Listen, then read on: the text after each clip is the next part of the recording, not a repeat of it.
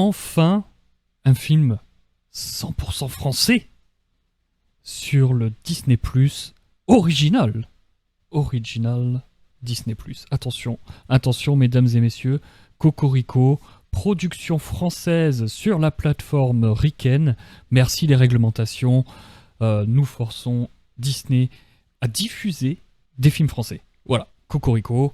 Donc il s'agit de Une zone à défendre, magnifique. Je pense que ça va faire un carton, bien entendu, au box-office. Ah bah non, désolé, c'est direct sur une plateforme, hein, comme ça évite d'avoir les chiffres cinéma, et on peut cacher ainsi le four que ça va être. Le four. Que dis-je? Mais non, bien sûr que non, c'est une production française. C'est une production française, donc forcément, obligatoirement, c'est bien. C'est forcément bon. Voilà. Avec cette espèce de caméra dégueulasse, GoPro, qui déforme bien les visages de merde. Mais bon, vous comprenez, c'est pour que vous soyez intégrés au récit.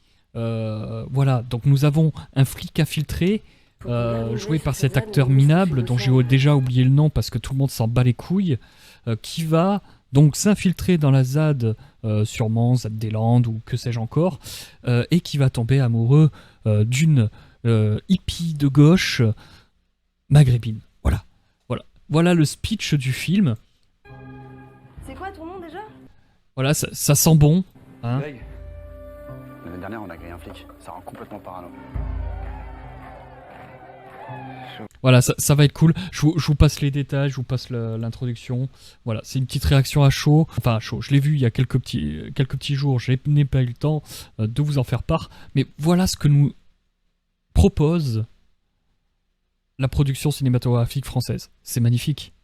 Voilà, on applaudit. Bravo. Justement, à propos du cinéma français, on va pas en rester là. Voilà, c'est une petite capsule rapide et il va y en avoir plusieurs comme ça chaque semaine.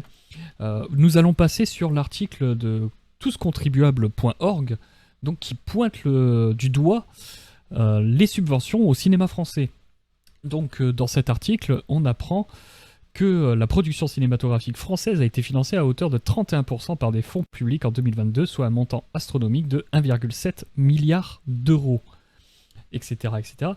Le nombre de tickets vendus a progressé de 34%. Ouais, super. Oui, mais non, parce que le film Super Mario Bros, dessin animé de grand spectacle made in USA, a attiré plus de 5,6 millions de spectateurs. Bah oui, en fait, ce qui fait le plus d'entrées, ce sont les gros blockbusters américains, pas les films français.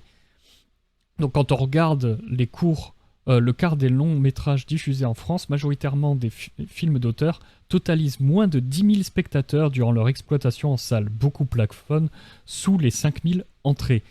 Parmi les plus beaux flops de l'année 2023, on peut décerner la Palme d'Or à Slava Ukraini, le film de Bernard-Henri Lévy. Hein.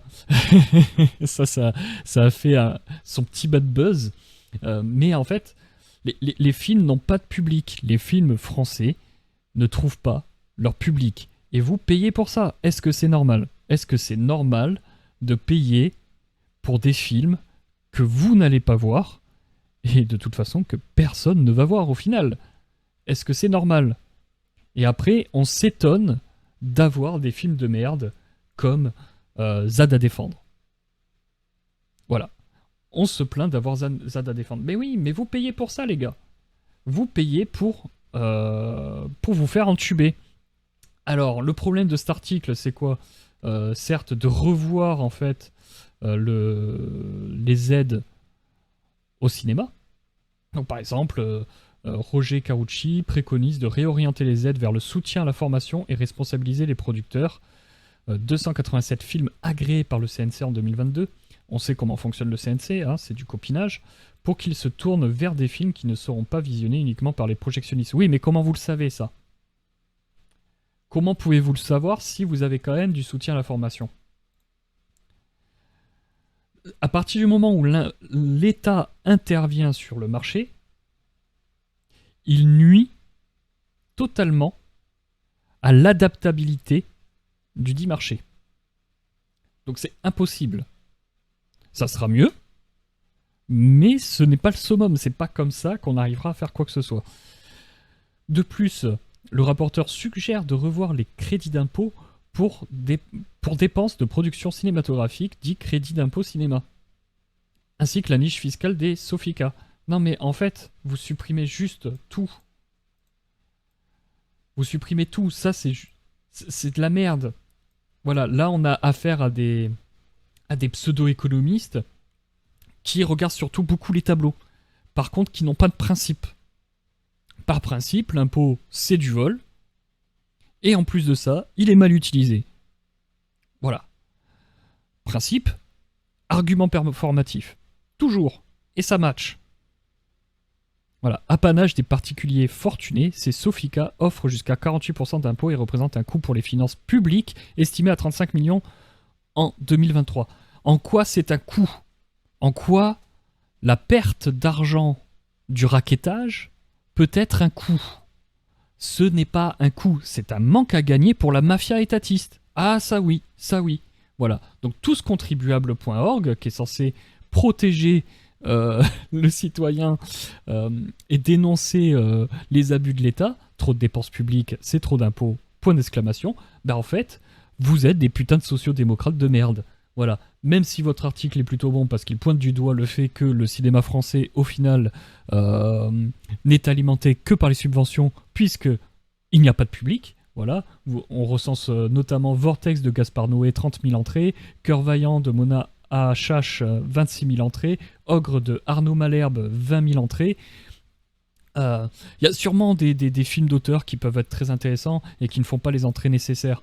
Peut-être, mais il faut savoir que le film d'auteur c'est un truc marginal et donc il faut le voir comme quelque chose de marginal et essayer de trouver son public autrement. Ce n'est pas à nous de payer pour ça.